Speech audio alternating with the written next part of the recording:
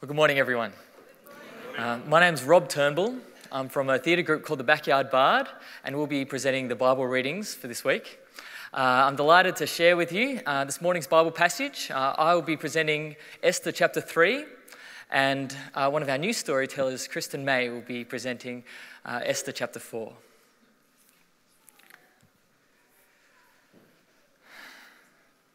After these events, the king honoured Haman, son of Hammedatha, the Agagite, elevating him and giving him a position of honour higher than all the other nobles. All the royal officials at the king's gate knelt down and paid honour to Haman, because the king had commanded this concerning him. But Mordecai, he would not kneel down nor pay him honour. So all the other officials at the king's gate asked him, "Why do you disobey the king's command?" Day after day they urged him, but Mordecai refused to comply. And so they went to Haman to see whether Mordecai's behaviour should be tolerated, because he had told them that he was a Jew. When Haman saw that Mordecai did not kneel down nor pay him honour, he was enraged. Yet, having learned who Mordecai's people were, Haman scorned the idea of killing only Mordecai. Instead, he looked for a way to kill all Mordecai's people, the Jews, throughout the whole kingdom of Xerxes. So on the 12th year of King Xerxes, on the first month, the month of Nisan, they cast the pur, that is the lot, in the presence of Haman to select a day and a month. And the lot fell on the 12th month, the month of Adar.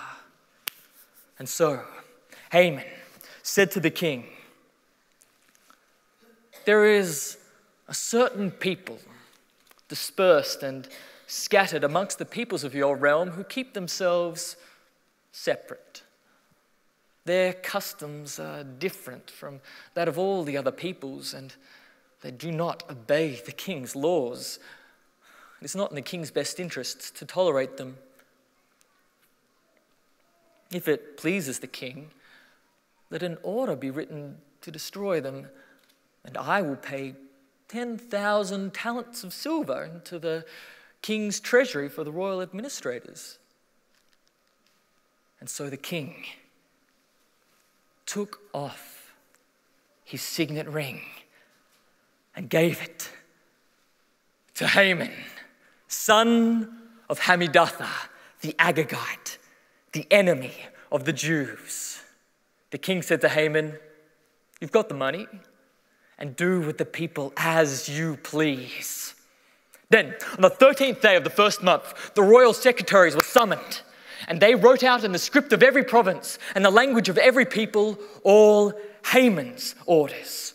To the king's satraps, the governors of the various provinces, and the nobles of the various peoples, Haman wrote in the name of King Xerxes himself and sealed the dispatches with the king's own signet ring. Dispatches were sent by royal couriers to all the provinces of the king's realm with the order to destroy, kill, and annihilate all the Jews, young and old, women and little children, on a single day, the 13th day of the 12th month, the month of Adar, and to plunder their goods. A copy of the text of the edict was to be issued as law and made known to the people of every province and the people of every nationality, so the people would be ready on that day. Spurred on by the king's command, the royal couriers went out, and the edict was issued in the citadel of Susa. The king and Haman sat down to drink, but the city of Susa was bewildered.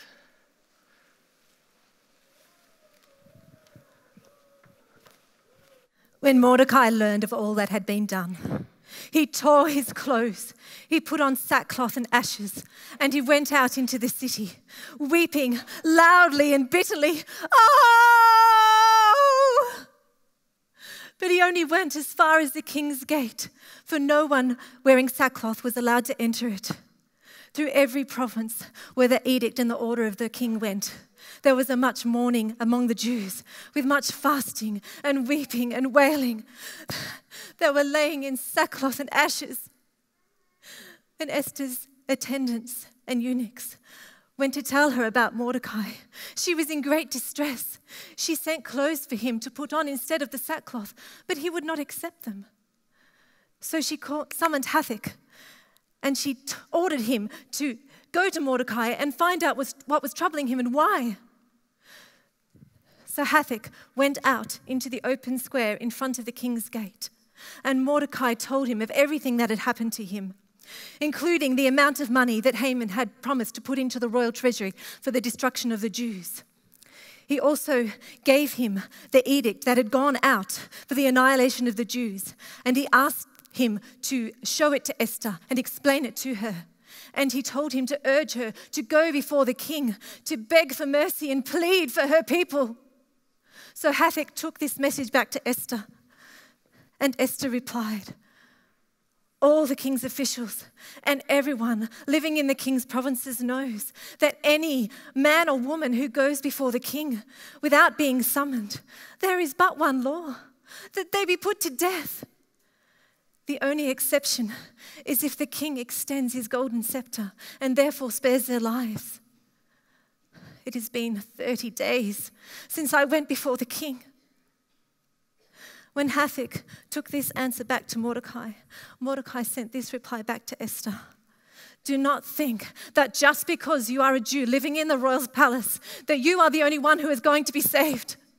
For if you remain silent at this time, relief and deliverance for the Jews will come from some other place. But you and your father's family will perish. And who knows but that you have been given this royal position for such a time as this."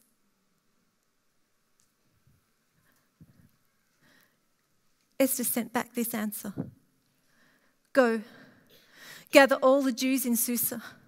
Have them fast for me. Tell them not to eat or drink anything, night or day. I and my attendants will do the same.